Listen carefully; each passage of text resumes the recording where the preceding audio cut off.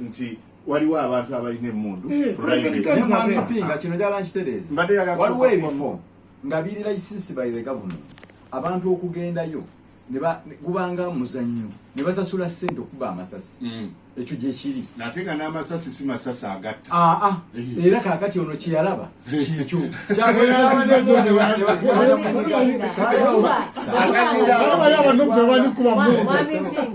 bwe tubanga tuli ku nsonga z'ebyokwerinda nga twogera ku gavumenti era ku ttemu njagala tujijje ku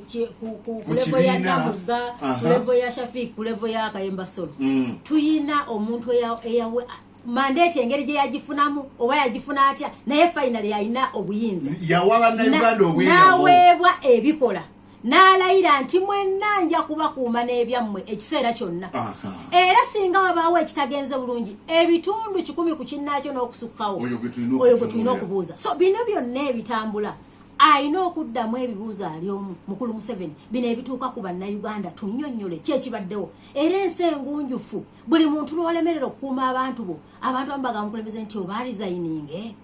nti oba owanike nti bannange omulimu gunnyize kubanga ebirala byonna ne bonaazimba amakubo ne bonaazimba amalwaliro nga bannayuganda ebyokwerinda biganye obuyinza buba bukulemye kubanga tosobodde bakuuma n'ebyabwe ngate kye kisinga okubakowa. So abadde agamba poli abantu ba bulijjo balina tuwa intelligence yes naye jjukira nti structure girina okuva ku bavuso biso piso fuso mpaka waggulu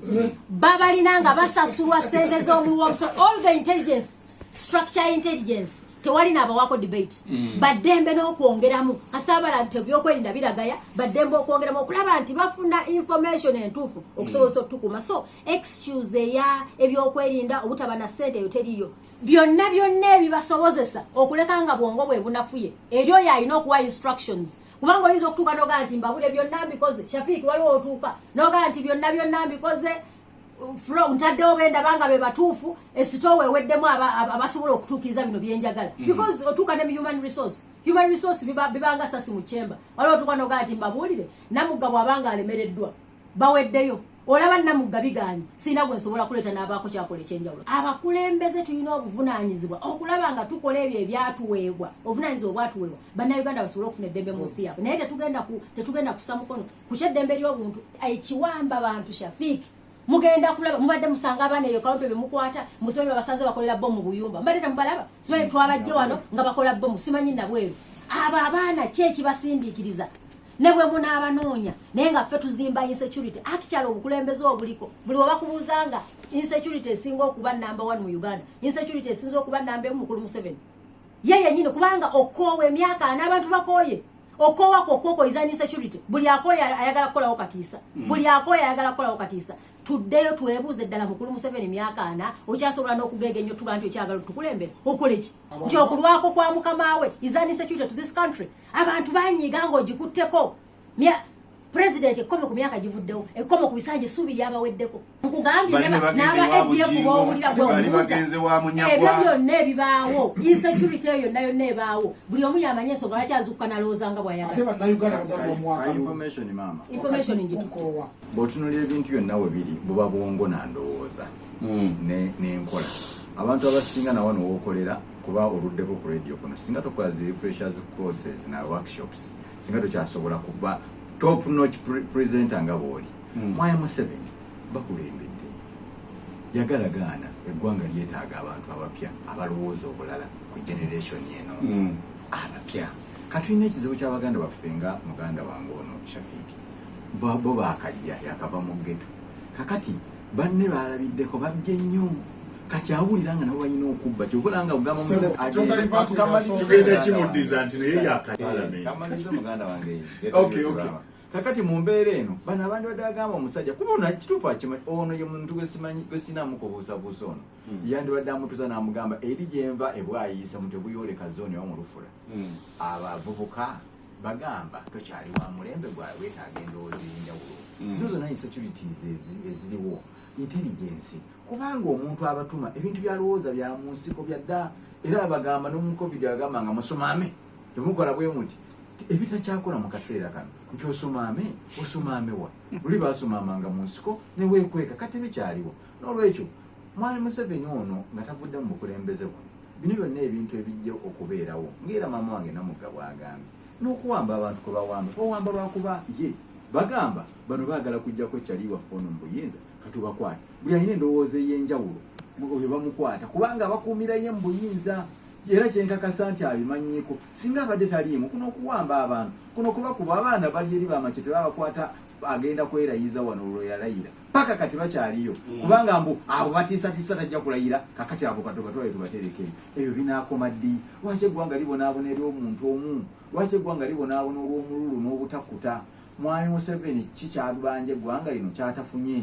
lwaki taleka ggwanga bannayuganda ne batwala eggwanga lyabwe naffe tufuna ku bakulembeze n'akula emyaka 10 n'omulala najja n'aweereza muganda wange guno omululu kikaaki bajjajjaffe balina omusango gwe banyiiza nga tuli kusasula kibi kisikire kije tuliko sebo ddiramu abo point of information sebo neyanza nnyo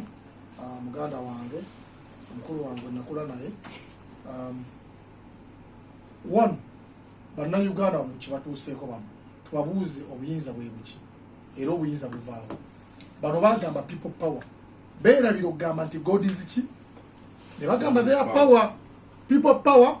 but they are power fe tugamba people power god is ki god is power omukulembeze yenna katonda akkira ku mukulembeze katonda yateekawo muki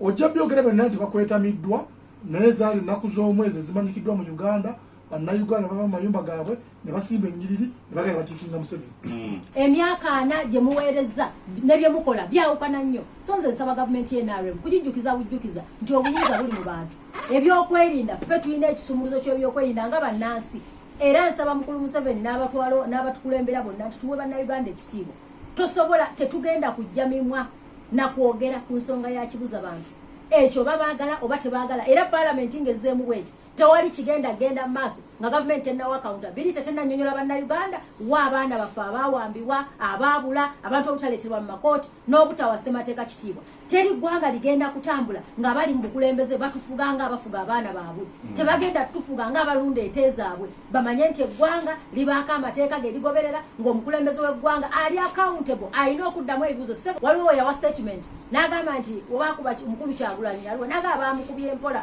baalikubye nnyo bakubye empola ebyo biva mukama ka mukulembeze wa ggwanga yes ekyo it's public information wona bweyagala njagikuwa so bino byonna obukulembeze tubuggyemu amalala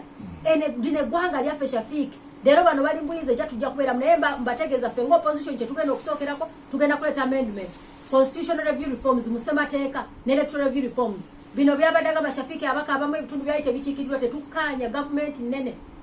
obukulembeze administrative costs nnene sente zaaliweereza bannayuganda tuzibalira mu kusasula misaala ekyo kikyamu ababaka 529 bangi nnyo gavumenti yeetaaga okukendezebwa tetukkaanya na kwongera creating a districts mpya jukira electoral commission yabagamba ngetwa roadmap nti bagenda ku increasinga budget yaabwe mu byokulonda okuva ku buwumbi 8 bagende ku trillion emu n'obuwumbi 3 mukubanga wagenda kubawo constituencies empya wagenda kubeerawo districts empya nga gavumenti bwe yayaana okugatta ebitongole bya gavumenti gye baatumye rationalization of government agencies and public expenditure twagalera tulwana ebitongole byonna let us have a lean government gavumenti enaasobola okuweereza bannayuganda ng'ate tebatisse mugugu so sente nyingi zigenda mu recurrent expenditure gula toilet paper gula buchayi mu kifo ky'okuweereza bannayuganda ne bannansi nsonga ya security ensembayo nga ngamba mukulu Museveni ebirala byonna nga osoose n'obiwummuza tukuume bannayuganda n'ebyabo ow'ekitiibwa ebyo obukulu president kiri mu luzungu kati nze nkiziza mu Uganda mukulu omuweereza omubaye mukulu Museveni kati gwe biri byogwala ekigawo president mu Luganda mukulu Museveni ajjukire nti bannayuganda ng'onaabawo obuweereza oteeka obuweereza abo abalina eddembe security tugiwadde ssente ebyokwerinda tubiwadde ssente okuleka ng'agamba nti mani power emuweddeko bw'abenga emuweddeko aveeyo atubuulire tulabe ekyokukola naye tuvumirira kiwamba bantu era tugenda kusigala nga kazi wano hayira ketugamba ki ayira kinzemba mukama wa Rdc oba mukama we kati yeye abasi asoko kusiza so namuonyesha unavuka mono kacho unavuka yugi